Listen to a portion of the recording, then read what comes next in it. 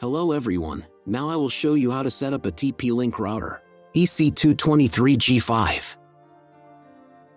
And before I start, I want to remind you that if my video will help you, you can buy me a coffee. I donate 50% of all coffee's purchases to animal shelters. Details can be found in the description below. The first thing you need to do is turn on the router. Take the power adapter.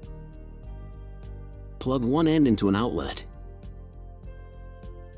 and the other into the router.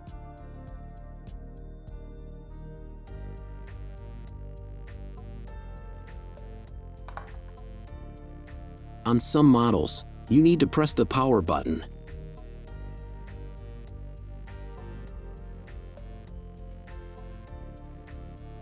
When the router turns on, the indicator will light up. Then connect the cable from your broadband provider to a special port. This port is usually signed as WAN or Internet, and usually it has a different color.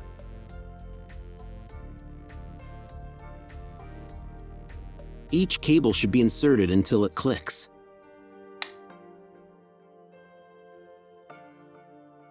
Next, insert one end of the Ethernet cable that comes with the router into one of the LAN ports.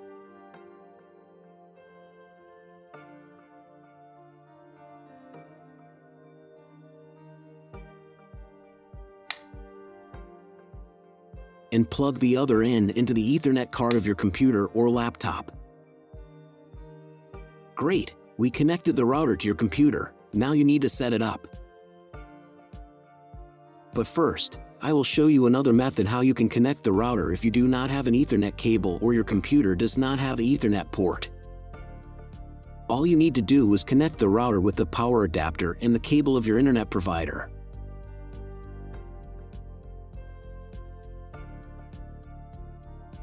When you do this, your router will immediately distribute Wi-Fi, but the internet will not be available. If the router is new and has never been configured, the Wi-Fi network will be with the name of your router. The router name and Wi-Fi password are printed on the sticker that is located on the router.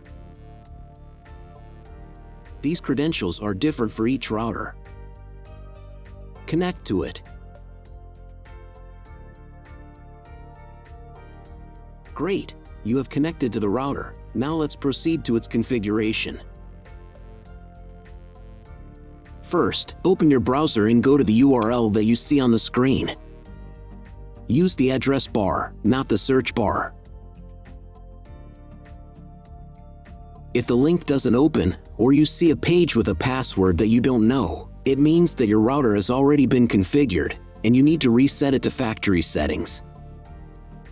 Press the special reset button on the router for 5 to 10 seconds. The indicators on the router will blink. Usually this button is inside the router case to prevent it from being accidentally pressed. In this case, press it with a thin object. The router will reboot and the settings will be reset to factory defaults. Then you can try to enter the router settings panel again.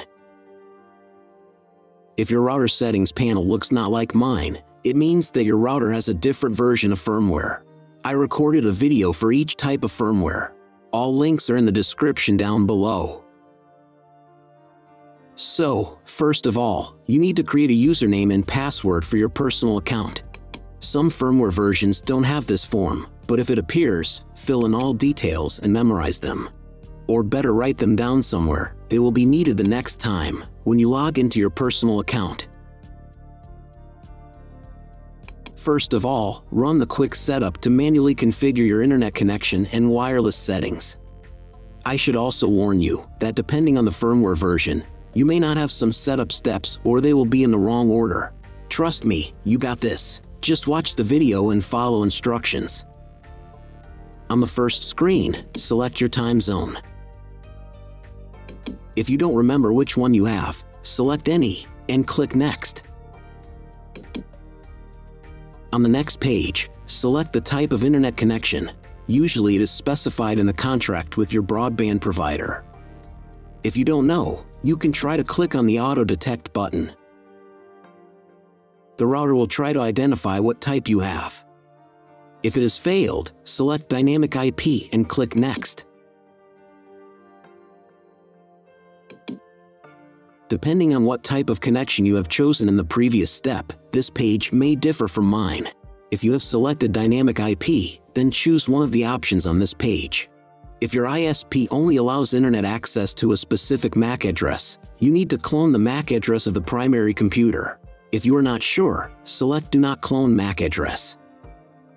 In most of the cases, there is no need to clone the MAC address.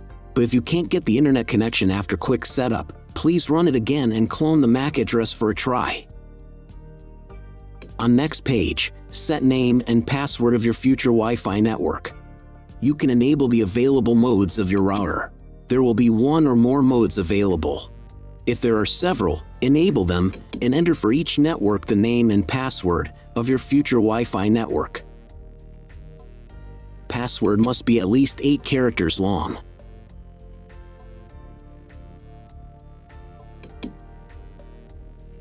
When you write the credentials, click on the Next button. On the next page, you will see all the information that you specified earlier. Click the Save button and wait until the settings are saved. On this page, you can configure TP-Link Cloud Service. Do not touch anything here, just click the Login Later button. Great! You have completed the quick setup process. Click Finish, and after a couple of minutes check internet connection. Just Google something. If there is no internet, then try to reboot your router. Press the reboot icon in the upper right corner. After rebooting, wait a couple more minutes. Maybe the settings are applied and the internet will appear. If the internet still does not appear, check again whether you have connected all the cables correctly. If after all manipulations you still have no internet, then go to the Basic tab. Then select Internet. And then clone MAC address. After that, save the settings. Reboot your router and after a couple of minutes check internet connection. If internet still doesn't appear, contact your internet service provider. He will tell you what type of connection you have and what other settings you need to do. That's all. I want to remind you that if you found this video helpful, please buy me a coffee.